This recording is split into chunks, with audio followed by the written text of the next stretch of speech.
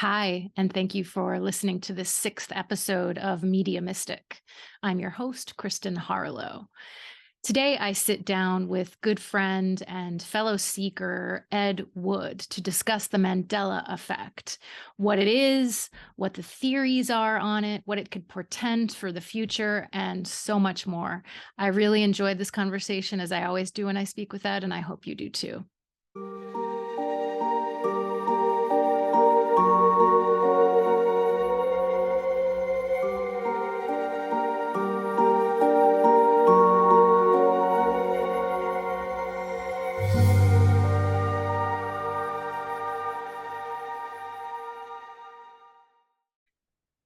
So, Ed, you are the person who introduced me to the Mandela Effect.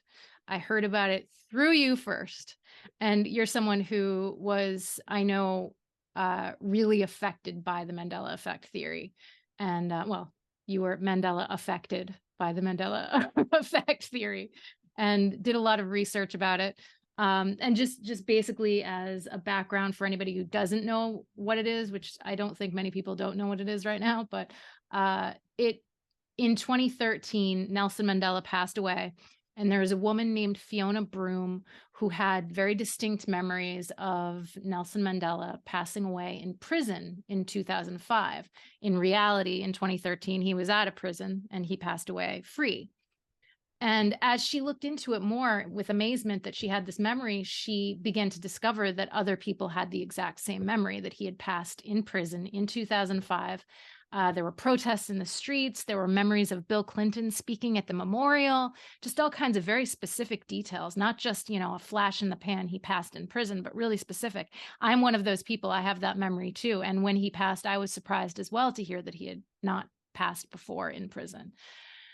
So basically, because of that incredible, shared memory, she started to do more research. Fiona Broome started to do more research and discovered a lot more information that had the same quality of seeming to have occurred one way in the past, and then today is completely different. And we'll go through some of those specific Mandela effect incidences. But first, I just wanted to ask you how you discovered the Mandela effect, and what it did to you, where it took you. And then if you want, you can go into, any details about it, certain Mandela effect specifics. But yeah, how did you discover it? It's interesting because I kind of discovered it twice. The first time I saw it was I was surfing on YouTube, and then you get the little recommended. You're watching your video, then on the side it's got recommended for you and stuff. Hmm. So I saw one Mandela Effect. I didn't know what it was, right? So I was bored, so I just clicked on it, and it talked about Nelson Mandela and all that stuff, and it went into a few examples. Didn't register at all. I was like, what is this? It's completely unimpressed, right? So I clicked off of it and didn't go near it again for like another 2 or 3 years. And for some reason, a few years later, I was walking up this street. There's like a hospital, and they had like a children's section, and they had these big posters on the outside of the glass, and one was for Berenstain Bears, right? And I was Yep. like, oh, they're gonna get sued into oblivion by the creators of the Berenstain Bears because look how close the name is, right? Not realizing that this was the Berenstain Bears, right? Yep. And so after a while, I don't remember exactly how I came to like look up Berenstain Bears again, but I couldn't find Berenstain Bears anywhere. It was Berenstain everywhere. So I'm like, what the hell happened to the Berenstain Bears, right? Yeah. Because Berenstain is not like a real thing, right? As far as you And were then concerned, yeah.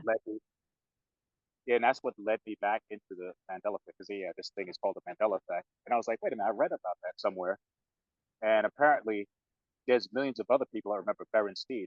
And then some people are like, oh, it was always Berenstain. You're mistaken. I'm like, no, I'm not mistaken. This is not like I just saw a book one time and then didn't really remember. It's like I was kind of into it when I was a kid. And I was very meticulous with like spelling and stuff like that. And in the Northeast, that suffix of the name, the STIEN, whatever, is very EIN, common. yeah. Yeah. Yeah. Yeah. Like half of my teachers had Steen in the back of their name, all through elementary school and high school. And so Berenstein sounded like a completely average everyday name to me. So when it changed to Stain, I'm like, who the hell is Berenstain? And so I started looking into it more, and I started, and then Mirror Mirror on the Wall, now Magic Mirror on the Wall. Like, all right, I was never a Disney fan or Snow White fan, but everybody knows damn well it was Mirror Mirror. Magic Mirror does when you come across one that like resonates, it hits really hard. You And know, because Berenstein Bears is definitely one of those. And just to for anybody who doesn't know, which I don't think there are too many people now, interestingly, but one of the incidences of the Mandela effect is that many, many people, including me and you, Ed, remember it as being Berenstein Bears. And it was a big book when we were kids 25,000 yeah, years ago. And so and so now all of a sudden it's Berenstain Bears. When we were kids, it was Berenstein, and now it's Berenstain. And yeah, it's just not the case. It was not Berenstain Bears. It just wasn't. So that's one of them. And then another Mandela effect is that mirror, mirror on the wall is no longer mirror, mirror on the wall from Snow White. It's magic mirror on the wall. There's also there's a new one, actually, Ed. There's the Britney Spears. Have you heard about this one? The Britney Spears video. Oops, I did it again. Many, many people have memories of her having a headset on, including me. I remember a headset. I didn't watch the video a million times, but you know, it was on so often that you couldn't miss it. And she did not have a headset on, apparently. But many people I remember kind that of she. feel like yeah, wearing a headset was that big Janet Jackson like started that, where it looked like they That's were right. like That's a right. telemarketer or something. That's right. Yeah, And I you kind of know, remember the headset. I remember the headset. And specifically, I feel like she was in the hallway of the school dancing in her, you know, Catholic schoolgirl uniform. But anyway, so that's Even one. though they're lip syncing, but they're wearing Right, headsets. right. Another one is that Mona Lisa, her smile has changed over time, so that in the past, I think it was, they think that she wasn't smiling. It's either that she wasn't smiling in the past, or she was smiling in the past and is not smiling as much now, but it's changed. And then another one is the Monopoly Man, that most people remember him having a monocle. I do. I remember a monocle. Do you? Yeah, me too. Yeah, Yeah. And now there's no monocle. There's Publishers Clearinghouse, which is the most shocking one, which is just, I still have a hard time accepting that there's not an explanation for the Publishers Clearinghouse one, but most people who are our age and older remember that Ed McMahon would show up at people's doors and show a big, huge fake check that these people had won with the Publishers Clearinghouse. And we saw that on commercials, and now it turns out that never happened. There was never a commercial with Ed McMahon showing Publishers Clearinghouse. And didn't you say that there was like some skit or something about it as well? Like, what was that? yeah. It's a commercial for it's one of those credit report commercials that came out years back, and it's got Ed McMahon, and he's like in a truck, and he's rapping, right? Yeah. And I don't remember the lyrics, but it's like something like, "Yeah, I brought big checks to the ladies, but now times are hard, so I gotta get my checks back." And then he pulls up at his house, and he knocks on the door, and somebody opens it. He's like, "Yeah, I came here, I gave you this $1 million check, but times are hard, so I need my check back." And they just slam the door in his face. So That's it's it. interesting that he is spoofing his own past of going and bringing checks to people's houses. So apparently he seems to remember it, but somehow it never happened. I that's interesting because I thought for some reason my memory I thought it was a Saturday Night Live skit, which maybe those happened too, but I forgot about that commercial that he did spoofing himself going to the door. So that's one of the things about the Mandela effect that's the most shocking, is that any kind of reference to it in history, any of these things, Berenstein Bears, Ed McMahon, all of these things remain. So, for instance, that commercial that he made spoofing himself going to the door and bringing the big check still exists, even though you can't find him going to the door and giving checks anywhere on the internet, anywhere. There's no history of him ever having done that. There's Luke, I am your father, and it's actually no, I am your father on Star Wars now, apparently, which isn't one I connect to so much because I'm not a huge fan of Star Wars. No offense to anybody who is, but so Luke, it's actually no, I am your father, not Luke, I am your father. And then Stouffer's never made stovetop stuffing. That's a big one I, for me. I mean, come on now. It's just not true. They did make I don't stovetop stuffing. I don't know Stouffer's for anything else other than stovetop. Exactly. And it's like it always had the commercial where the kid would be visiting his friends, and then it was time for him to go home. But it's like, oh, we're making. You sure you're going home? We're making Stouffer's stovetop, Stouffer's stovetop, and then the kid wants to stay there because he doesn't want to miss the stuffing. I remember the commercials, and Now, millions of other people remember those commercials. I remember them too, but let's dissect this here. Is there another stuffing company that we could be remembering that's not Stouffer's? Well, well, Kraft are the ones that make stuff. So Kraft is the umbrella company to Stouffer's?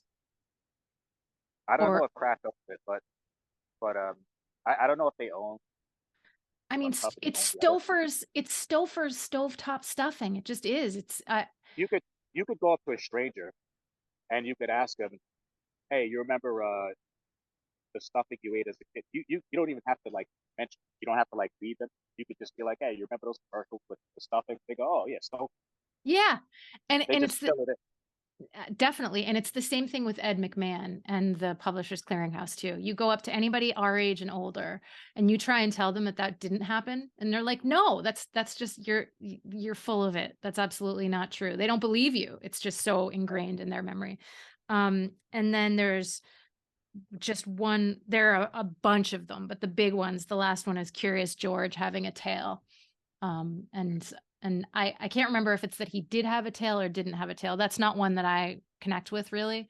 I liked Me neither. Curious George, but I wasn't, a huge fan of Curious George. But that's another one that I think he had people remember him having a tail and he did not have a tail, I think is what the change here is.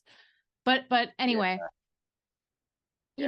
you know what's really, really fascinating about this, Ed, is that for this conversation, I just went in and I wanted to remind myself of what some of the Mandela effect, incidences are and just read about it a little bit.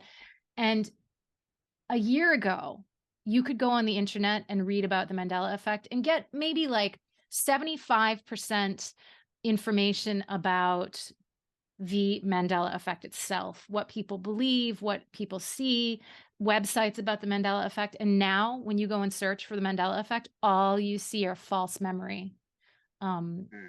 articles. So it's almost as though, and this is where I'm going to put my tinfoil hat on, but it's almost as though somebody does not want people to be investigating this theory, that there's some reason why it's being brushed under the rug. And so now we'll get into what the potential theories are about what the Mandela effect is. The first is, of course, the very, very scientific one, which I'm not pushing it away for some of them. Some of them it really may be that it's false memory. That's the scientific theory, that it's false memory. What is the false memory theory though? Just misremembering something. So You know, large groups. which happens that well, that's so for me. Like when I see something as a Mandela effect, it's like I probably dismiss both of them because for me it has to be a really strong memory. Some memories are like there's like a binary thing when it comes to memories where something. So usually, if I have for me to misremember something, usually I just forget something outright. I just don't remember it. But it's Mhm. like I usually don't create an entire narrative in my head for something that didn't happen. You know, I forget a lot of stuff. Like hey, you Mike was at the party. Yeah, it's like I don't remember seeing. It. I don't remember being right. So that's like just me not remembering something. But then it's like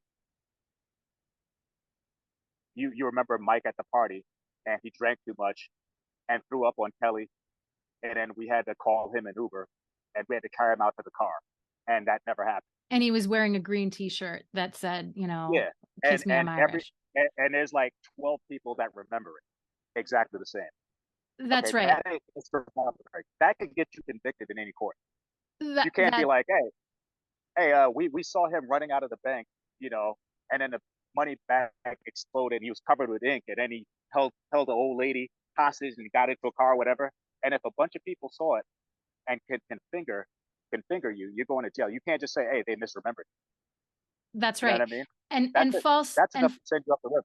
Let absolutely. alone And millions of people remembering something. that's right. And false memory is usually about one detail. It's usually or one or two details. It's like, they're remembering, well, Berenstein Bears, I guess, could fall under the umbrella of false memory if it was a false memory, which it's not. But if it was, then that would be an example of a false memory. One little detail being different. But like Yeah, some of these are, like you said, they're narratives. The Ed right. McMahon thing. It has nothing to do with little details. It has to do with an actual event that suddenly did not take place. So I don't. I think, like we said, some of them could be false memory, but I just think false memory is too simple a solution to it. So then the next theory is CERN, that CERN is responsible. And I remember the first time we talked about this, I pronounced it Kern, and you were like, Kern. but and I haven't recovered from that shame. But I wasn't going to say anything. I had to admit it. But so CERN, most people know, but maybe not everyone, is an organization based in a tiny town in France that has like 30 or so countries that are involved in it. It's mostly European countries, and they are running experiments to try and recreate the Big Bang really. And they have the Large Hadron Collider, which basically shoots molecules at one another to create an illusion of the Big Bang. And in the process of doing this, there are theories that they have somehow poked a hole in the dimensions, and that certain details are being deformed basically and changed in the moment because of the experiments that they're doing. And those experiments started in 2009, and the Mandela effect was discovered in 2013. So it's interesting. I'm not sure how I feel about that. What do you think about that? I think it's an interesting theory. I'd be curious to see if people could find more Mandela effects that predate when it was turned on. Like if they could find something like the 80s. I've read online people that say that they've experienced them personal ones like their whole lives. People that say they noticed them when they were kids, in 60s, 70s. So it's hard to like really pinpoint. I know it picked up the Mandela effect kind of picked up steam Around the same double time. 2015, 2016 or whatever, but I don't know how many people knew about it before then. Well, So just to be clear, the Large Hadron Collider experiments started around 2008, 2009, but CERN has existed since 1953. oh So well, who knows what they've been doing? This is their yeah, biggest. They discovered the Higgs boson particle, which is called the God particle. So all of these big, yeah, huge things have happened recently, but they've been around for a long time. And yeah. there's Things getting very strange. Yeah, they have the whole, I think they have Lord Shiva in front of the building, the god of destruction. And didn't you tell me that there's strange video of weird rituals happening in front of the building at night? Didn't you say something about Well, that? there was some video that was online that showed a bunch of people in robes. And Yeah, whether that thing was legit. who knows what it was. But there's if you go online, there's videos that show a lot of kind of bizarre stuff for that. Surrounding CERN. Yeah, I've been looking at like a lot of people have different theories, and they all sound. Some of them sound, kind of like they could be plausible. I keep hoping, like one of the reasons I just obsessed was watching everything I could get my hands on, hoping that somebody had answers, and nobody really, nobody really knows what the hell's going on. We're all guessing. Exactly. I mean, one of my in thinking about this, st- and it's not just coming out of this discussion, but other discussions that I've had. I I had this thought, what if, okay, so scientifically and mathematically, it seems to be an accepted fact that there are an infinite number of universes that exist all at once. So right now we're in this version of the universe, but there's also an infinite number of versions of the universe in which you and I are doing infinite number of things, right? And everybody's doing an infinite number of things. This is something that very smart scientists stand behind, not just, you know, people who are interested in metaphysics. So if that's true, what if there's something happening right now that's making all of those universes align and begin to leak into each other? And so that's why we're experiencing strange shifts and changes. I know a lot of people who are very spiritually they, you know, they pursue spirituality and are very curious, as you are curious. I know you wouldn't probably call yourself someone who pursues spirituality, but you're curious about the unknown. I know that. And they felt major shifts happening in the past few years, just huge, huge changes and shifts that they can't explain. And I just wonder if maybe that has something to do with it. And that's, again, just a theory. There's no fact behind that. Yeah, so I've also read about that theory, and that Have also sounds you? like a very interesting one. I've read people that have alluded to that type of theory where it's like Really? parallel and people that like shifting. So my question about that one would be, well, let's say you're somebody that lives in a crappy apartment, but you want to live in like a penthouse, right? So the theory is like, well, there's a version of you that's in a penthouse, right? So you shift to where you're now in the penthouse, and I do like that theory, but the question I have is, what happened to the version of you that was already in the penthouse? Do they get like bumped out of there? Is it Because about what is it about matter or is it about consciousness? There's a difference, you know, like I don't, are you, yeah, I would think that there would already be some version of you that's there already, occupying that space, right? maybe that version, the consciousness of that version of you moved on to another version of you and you took the place of this They version. they moved to a better penthouse. Or they've moved to where you were, or they've moved to any number of the infinite That versions. that would suck for them. Seems pretty unfair, but That's a downgrade. that to me, I like the idea of that theory, but it's a little bit too linear for me. You know what I mean? It feels a little too Yeah, linear. Um, yeah. although I do have a theory that each of us have kind of an oversoul, and that the oversoul has the desire to experience all possible things. And so there are many, many, many versions of us experiencing all different things, from the least of us, the worst behaviors possible, to the most luxurious lives, to being a couch potato, which is pretty much where I Yeah, exist, that's in the that's that's where in that middle I, I'm place where I'm exploring everything about being a constipator right now. I'm I'm exploring being as lazy as possible, and it's It's like wonderful. My I really oversoul want to loves it. I want to know what it's like to have a low bank account. That's right. That's the I'm experience I need to exploring have. every aspect of that. I'm exploring. But I do think there's some kind of truth to that. It's probably still too linear. So, but I kind of do get on board with that. But then okay, so here's another one.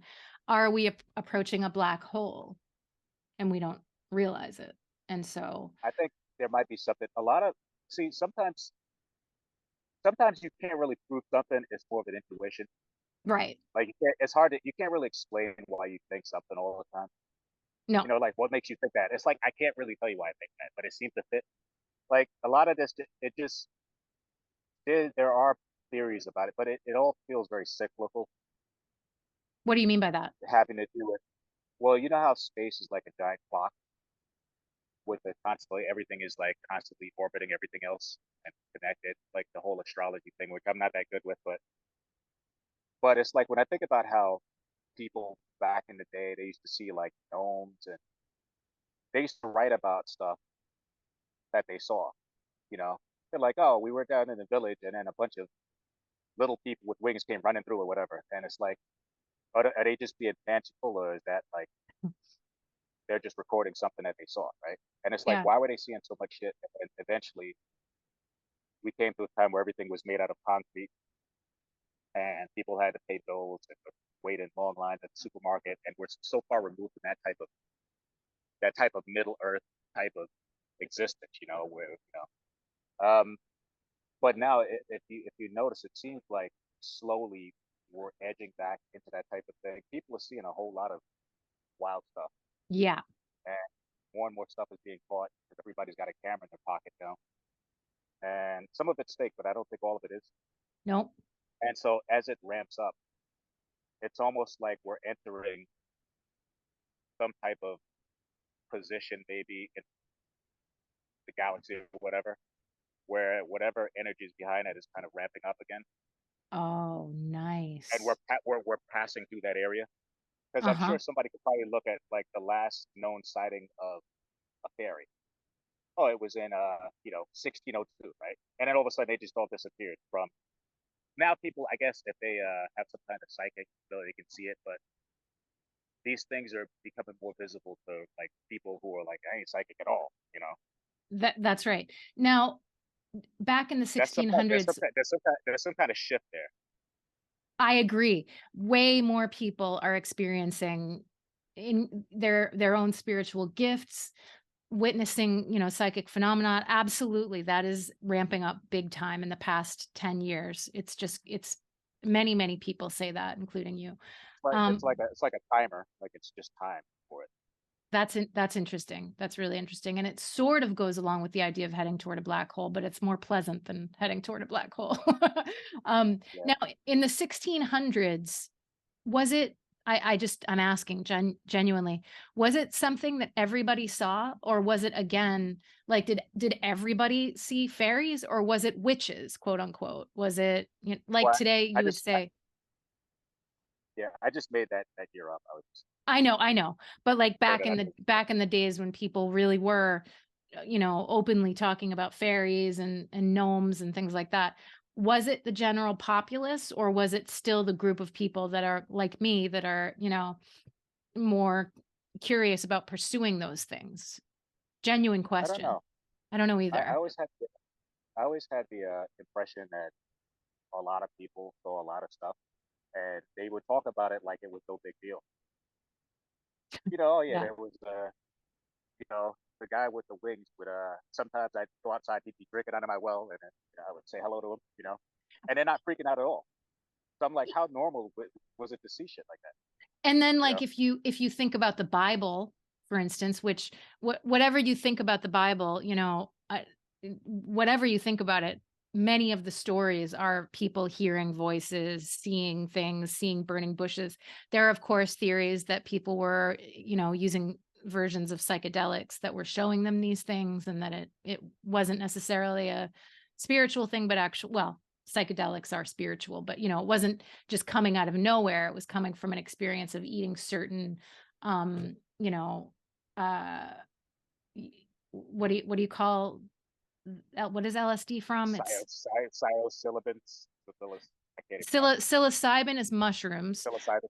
but Yeah, then there's also LSD, which comes from a certain, it's not wheat, it's not bulgur, it's like it's some, plant, basically. I can't think of yeah, the word right now, but so there are theories that that's what, for instance, Moses was experiencing, was that he was on some kind of psychedelic when he saw the burning bush and he heard God.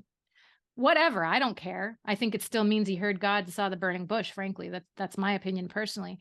But regardless, I mean, they were having experiences that people don't talk about today unless they're like me and, and others like me who are really curious about it and want to know more about it. Most people are not. So it was more common even then. So, yeah. yeah. And people that live in areas that are more rural, or areas like one of my friends, if you remember, and his family's from the Philippines. Manny, Yeah, of course. his family's from the Philippines. When we were little kids, he would talk about stories his parents would tell him. His parents would tell stories about stuff that they saw personally, not stories passed down, the stuff they saw. Like And it what? would be stuff that Um, there's this plant that would release some kind of glowing thing and it catch it at a certain time, and the thing would like pop out and like, and you would have these spirits that would kind of like get it. So if you had this other creature where it would like try to follow you at night. So there's like it. A lot of it came from like legends, but there was a couple of things that they saw first, like when they Hmm. were. So this is not that far removed. No. Like you from something in the book to be like your parents be like, yeah, this is what I thought, you know. And Yeah, when a person you're talking to is somebody that is a serious person, never known to like lie or anything, it kind of hits you different. that's right. And there's a lot of these people from certain Caribbean islands and stuff like that. They have all kinds of stories about stuff that they've seen, personally. And they're So not people who are looking for attention in some way, or that yeah, it's not writing any books or anything. right, right, You know, right. private people. In fact, would Yeah, rather do anything but than write a book about it. yeah, yeah. They just tell it, and it's like sometimes people are like, they're as they're telling you, they know that it sounds a bit off, but They're they'll just tell you. embarrassed to share it. Sometimes, yeah, Yeah. yeah. S- So another theory about this is that it goes back to CERN, and that the scientists who are working with CERN are intentionally trying to learn how to travel back in time, and that they have figured out how to do that, and that they have gone back in time and made changes in that timeline and then returned to see what the effect on today's timeline is, and to see if it does any damage, maybe not caring if it does damage, just to see what it does, because there are things they'd like to change. What do you think about that? Sounds a little dangerous. If you do anything at all, it's going to change stuff. That's Like right. anything. That's right. Like What you if you, just said changed everything. yeah, like if you just sneeze and that sneeze didn't already exist in that timeline, right away that does something. What do they call it? The butterfly effect. Yep. Yep. So there's no way that people are going back and not creating massive. Yeah. If that's happening, it's changing a whole bunch of stuff. I think. If you think about in your own life, there's times where a simple thing changes the entire course of your life. Think about it. Like I Yeah. decided one day you decided to just turn left instead of right, and by turning the left, you bumped into somebody who offered you a job. So it could be anything. So with a lot of it's a science fiction trope where they're like, oh, we have to go back in time. They do that a lot on Star Trek. We got to go back in time and fix this damage or whatever. And meanwhile, they're interacting with like dozens of people. You know, they're shooting people with their phasers. They're doing all kinds of stuff. I'm like, dude, the future is jacked up now. Yeah, they're not just changing that one event. They're changing every single event that happened from that point forward. So I feel like that's a little bit fanciful and a little bit linear, but I don't That theory. that theory, yeah. But I the theory that CERN figured out how to change time in the past. But at the same time, I'm positive that there are things that we can't even fathom that are understood now, and one of them could be the ability to time travel. It could easily be that. Apparently, a friend of mine told me that very recently, like 3 or 4 years ago, there was an AI conference, and at the conference, they revealed that it was a very, very private, secretive, not open conference. They revealed that they knew how to move consciousness from one place to the next, as in, I could be standing next to you right now. My consciousness could stand next to you right now because of what they've figured out. And I don't understand it, but this isn't some science fiction conference. This is, serious scientific study. The interesting thing about all of these different types of theories, they're all very fascinating. The thing with the Mandela effect is it's one of the few things, maybe the only thing that is checkable. Like a person can like verify it themselves. and you don't really have to take somebody else's, somebody could write a book about something and make a documentary. It's like, yeah, that looks very convincing. Is it real? It could be. But with the Mandela effect, it's like it hits you personally. And for everybody, there's something that will be convincing. Just a matter of It'll be what? it'll There be convincing to them. It's a matter of if you stumbled on it or not. Yep. Because you're you know how much you might trust your memory is a question. But if you think about it, take something like your name, right? Kristn, right? When you Mhm. write that, that's from memory, but that's a really strong memory because you've written it and read it thousands of times. It's your name, right? But if all of a sudden it was spelled Kristin, and it's like, oh yeah, it was never with a D N, it was always an IN, right? That's gonna hit you like a ton of bricks. Like, Mhm. what the hell is going on here? And then you ask Mhm. other people, and they remember it like you do. So it's not just you. It's not that you're crazy. Everybody else agrees. But somehow all of your records, and you look at your birth certificate, and it's got the wrong spelling. You know, that's basically a memory how you spell your name. But think about how strong that memory is, and then to have it upended like that, Mhm. that would make somebody that would be convincing. Yeah. So that's what I basically rank order the strength of memories. Something that I've seen every day for like 10 years, every day is a really strong memory. Something that I've only done maybe once. Hey, was the couch red or green? I think it was green, but it turned out it was red. I could have messed up on that. If I only saw it once. But when it comes to like people saying it's just remembering, like I was like the analogy with the guy at the party, it's like that only to me that explanation only works for something if you remember something you did. But once there's all these different details that come into play, to me that adds proof to it. It adds weight. Like have you seen the thinker statue example? No. You know the thinker statue. This is a really interesting. So I don't really have strong memories of thinker statue. I always thought it was a guy with the with the hand up the chin like Yep. that. That's what I remember too. Um, but with that one, I could be wrong. But the interesting thing is, there's a big statue of the thinker it's in this one location, and people will go to it, right, and take pictures, and they'll pose next to it, right. Now the statue apparently has changed position. Um, I don't remember if it started on the forehead and it moved to the chin, or started on the chin, moved to the forehead, but it's different, right? But everybody that poses in front of the statue has their hand in the wrong position. Like Wow. let's say it's now like this on the chin. Everybody posing by the statue is like this, right? Because And that's there's what this they one, remember. yeah, because it's changed. So there's this one picture that has a whole bunch of like college students. There's like 60 of them, and they're all posing wrong, right in front of the statue. So the statue is Wow. like right behind it, like 30 feet tall. Like, how the hell are all of them posing wrong? To me, like, there's no explanation for that. How are No. you misremembering? All you got to do is look over there. Oh, there's a statue. I'm posing wrong. And You know? if it was one person or 10 people, that's one thing. But when it's Yeah. thousands and even millions of people who have the same memory, Not that's a when it single one of not a single one of them are posing correctly. right. You would think if this is the right way, you would think that some people would remember it that way. Why is it everybody that you talk to remembers it different?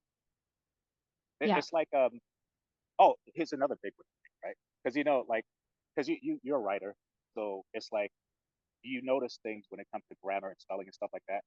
So when it comes to like uh, uh, adding like an apostrophe s when somebody like ownership of something, Mhm. like uh, Rob's car, right? Mhm. ROB apostrophe S Mhm. car, right?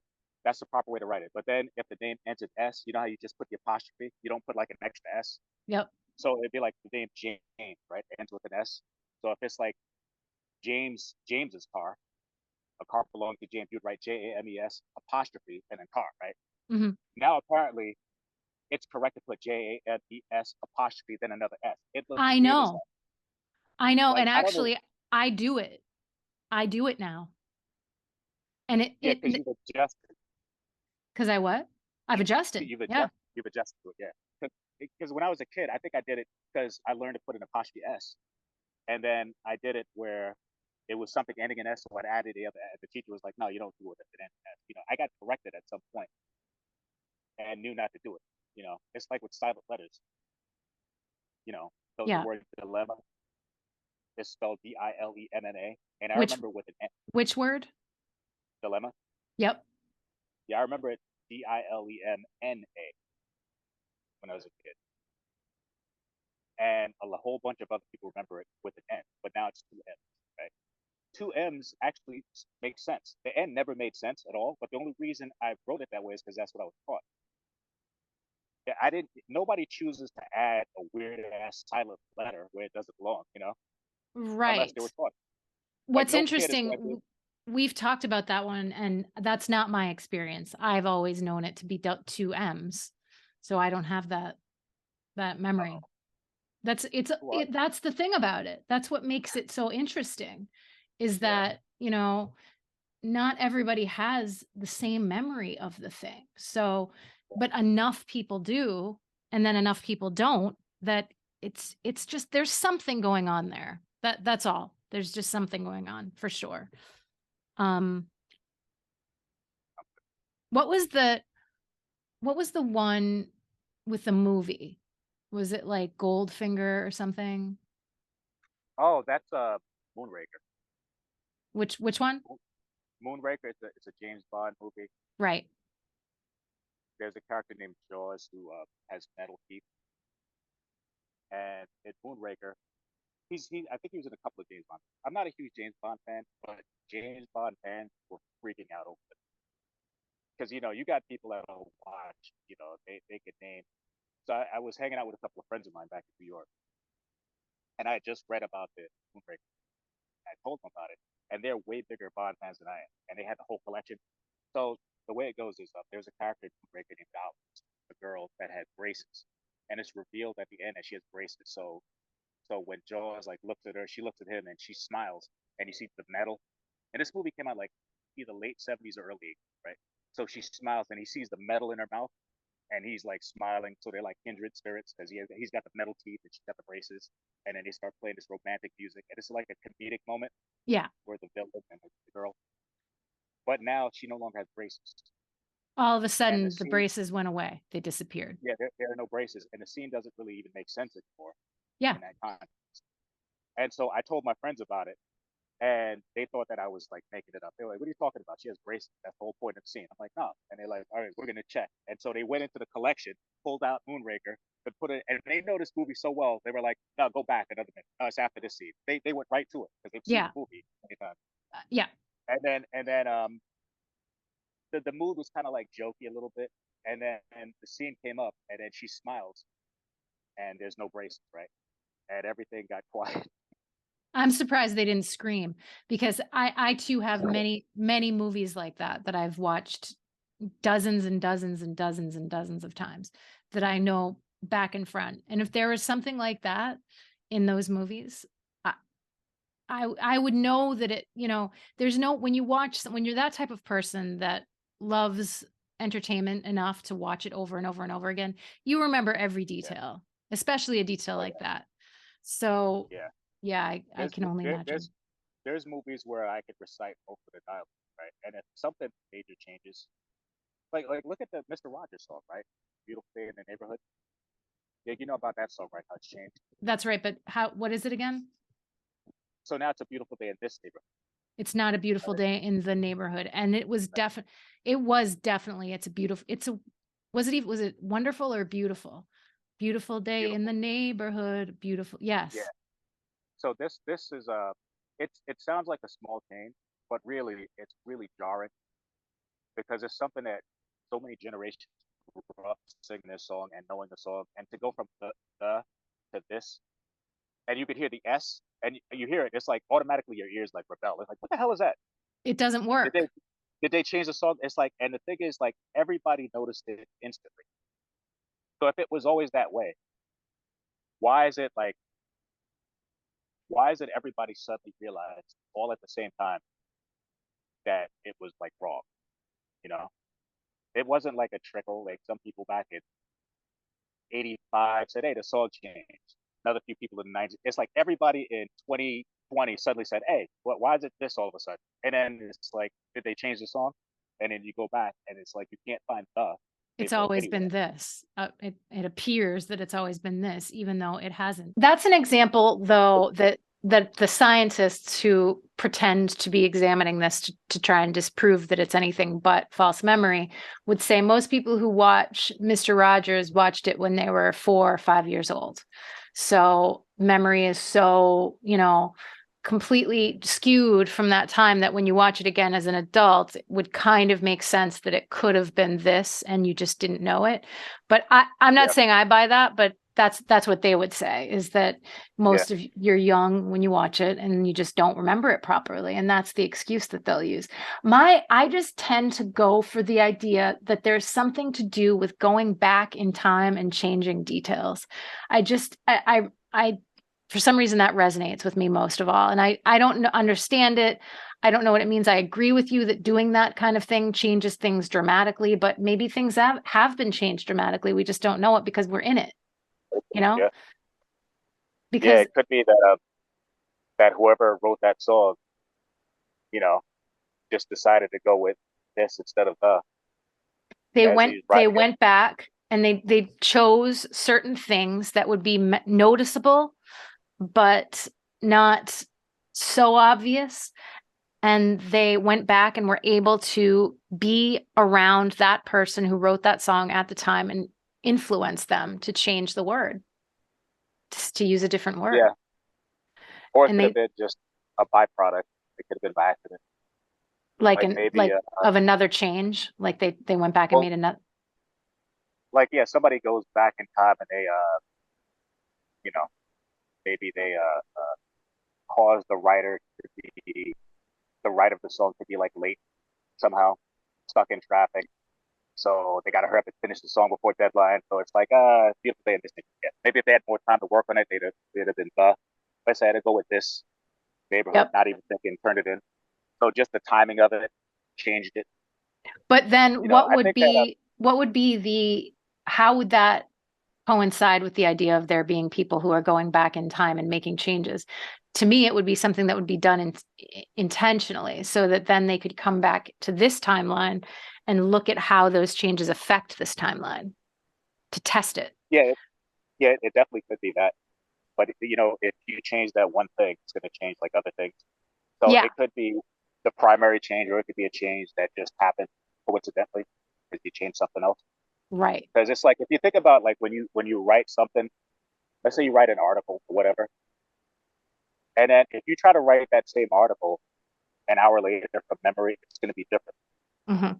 because so it's like anything when you go to sit down to write it, you'll write it one way. But let's say if you go on your way to the desk to write it, you stub your toe and then sit down and write it, it's probably going to be a different, a Yeah. word or something going to be out of place now because of the change. Yep. Everything. Even the change in mood might change Yeah, your point of maybe it view. was it was a few degrees warmer, a few degrees cooler. You're about to write and say, man, it's hot in here. So you get up and turn on the AC, then go back to write.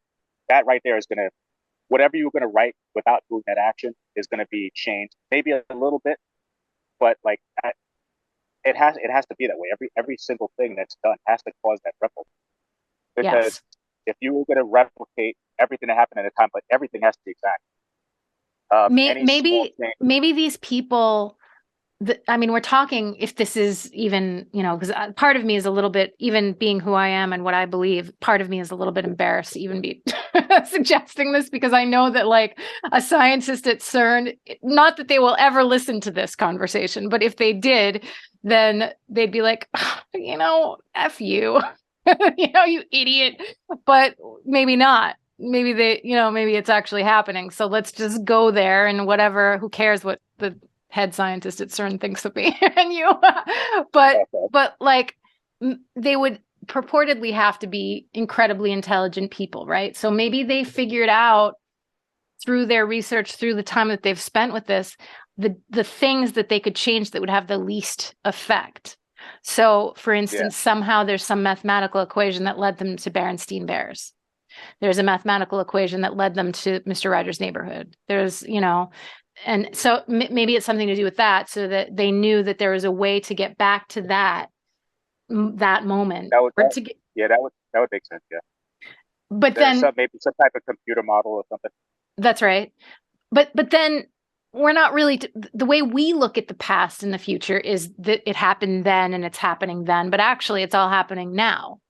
So there is no past or future. There's only now. There's one moment, one unified moment, as a very smart friend of mine said. So, you know, it's all happening right now. So making the change might not have as much of an effect as we think it would, because it's all happening right now. The way we look at it is that it, you know, so Yeah, maybe it's not as, maybe we're not as important as we think we are, I guess is the real. yeah. I'll admit I think completely in a linear fashion, and I've heard. Um, Will you say that again? I didn't understand you.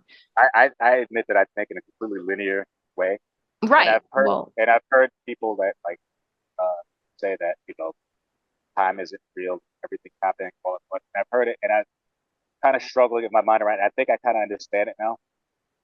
And so when I think about that, I'm like, okay, that's really interesting. But it's like it's hard to not think in a linear fashion when of you're course. just trudging through life and everything is in a certain order. Yeah, But because we arrange it, it's organized that way so that we accomplish the things that I think there's a certain group that wants us to accomplish. And so we get things done. And there's yeah, also a theory that time is a lesson for humanity, and that once we don't need that lesson anymore, it won't exist. It's not going to be anytime soon, but you know, trying to figure out how everything happens all at once and not be completely chaotic. Does it have that's to do with how it has to do with how you perceive it? I think so. It's how it's what our brains translate. Our brains are such incredible tools, and really just um filters. That's all. Yeah. That's what our brain is, a water filter, basically, a light filter. So yeah, I think it's what we experience, and how our mind organizes the things that happened versus the things that will happen. But actually the things that will happen, it's circular, it's not linear. So the things that will happen are happening right here, and the things that did happen are happening right here, while we're right here experiencing what we call the now. It's all at once. Well, It's it's going to be crazy. Could you imagine if you could talk to yourself in 2005 and tell them about 2023? So tell me, what's going to happen? Like, I wouldn't even know where to start. I'm like, you're going to have me arrested because you're going to think I'm insane. yeah, And I think you can't explain the shit. the comedy in me wants to say that I would go back and say nothing's changed, nothing's changed, but it's not true. And Um, like, apparently, your past you say apparently future me is crazy or on something. There's no way exactly. that it happened.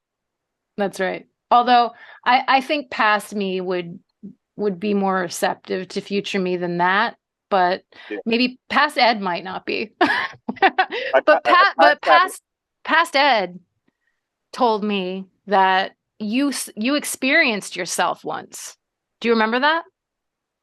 Yeah, you're talking about the The yeah, doppelganger. back The when I was in dop high school. Yeah, What was that, if yeah, you want to share it?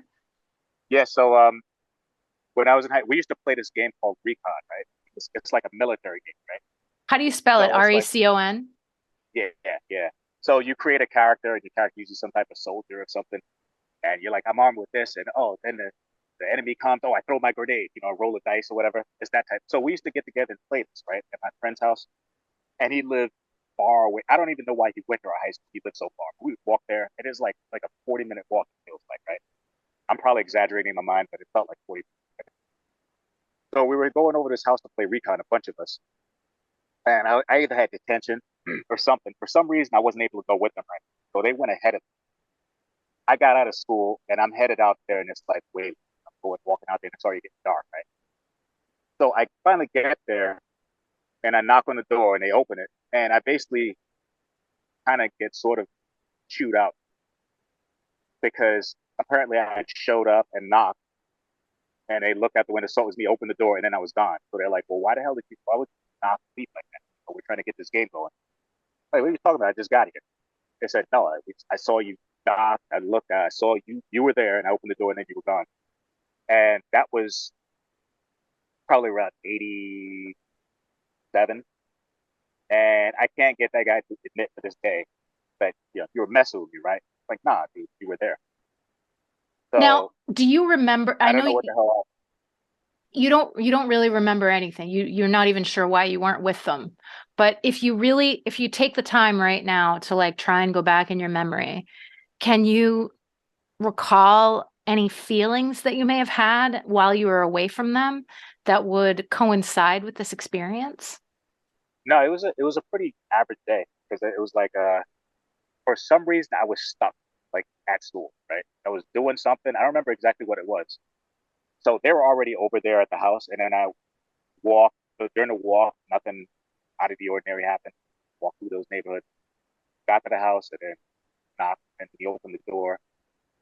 Um, I got questioned like, "Hey, what the hell are you doing? Where'd you go?" I was like, "What do you mean? Where did I go?" I was confused, and then when it was explained to me, I thought it was weird, and I thought he was playing some kind of joke. I'm like, "All right, so what do you mean I'm here already?" Like, "Yeah, you were. Saw you." And so I kind of filed it away, and then we played the game. And every now and then I'll think about that, you know, every now and then, I'll think, yeah, that was weird. What happened way back when? But no bizarre feelings or anything like that. It was just a good friend of mine will will is sticking to that story that he saw me Yeah. outside of his window. You know, when somebody knocks and you got the window on the side, you can like look, but you Yeah. don't just open the door, to Yeah. anybody, not if you but they looked and made sure it was me, then open the Especially if door. they saw you. Yeah, and Definitely it not was gonna. exactly. Open the door and there's like nobody there. Like in one of those horror movies where Crazy. somebody knocks and they open, there's nobody. It's like that shit Yeah. It makes me think I talked about this in one of my previous episodes. I told someone else the story, but I'll tell it again. It makes me think of an experience that my mother and I had, and I think I've told you about this, where we were driving, and it was a very busy road, busy enough. I was in high school, by the way. It was busy enough that there's a green light to the right, and cars are going, and you're at the red light that's going to be turning left. So we're at that red light, and the road that we were turning left on, was about a mile long, 30 miles per hour. And at the end was another light. So as we're waiting at the red light, I look over and there's this guy crossing into the traffic that's moving through the green light next to me, not walking through it, but like just walking across the street and able to dodge the cars somehow. And he stood out. He was tall. He was wearing all white. He looked like a house painter kind of. He had Einstein hair, just stood out. So I noticed him, and then our light turned green. We turn left. We get to the end of that mile long road, and there's the same guy crossing from the other side of the road, kind of like, if I think about it, it's almost as though he was on a diagonal as he crossed. And I said to my mother, I just saw him back there, and she was like, I saw him too. And there's no way he could have gotten in a car. There's no way he could have biked there in time. It's about a mile and a half, 30 miles per hour. So we got there before him if he got in a car or a bike, and he couldn't have walked or run. So happened. it's something like that. It feels similar to that. It's a dimensional thing. It's as though he was crossing the same path at the exact, at that Yeah, moment, in both moments, just like you. And wow, maybe he was not a spirit. The way my mind looks at it is that he was a spirit of some kind. Maybe he wasn't. Maybe he was a living person like you were, who somehow was able to transpose himself to two a different. version of me that was actually a good student, got there on time. Yeah. I always remember that. That was one of the, when you learned how interested I was in quote unquote ghosts and all of those things, and we went um to the Morris Jumel Mars Jamel House. mansion. That was one of Yeah, the first things you told me, was that experience that you had, and I always remember that. But Ed, this has been a really, really interesting conversation. I'm so glad we had it. I always love to hear your wisdom, and especially your theories on this topic, which is just so fascinating to me. It really is. And you are awesome. And I hope that you will come back and we can talk about other things that are similar. And to our listeners and viewers, we love you. Thank you.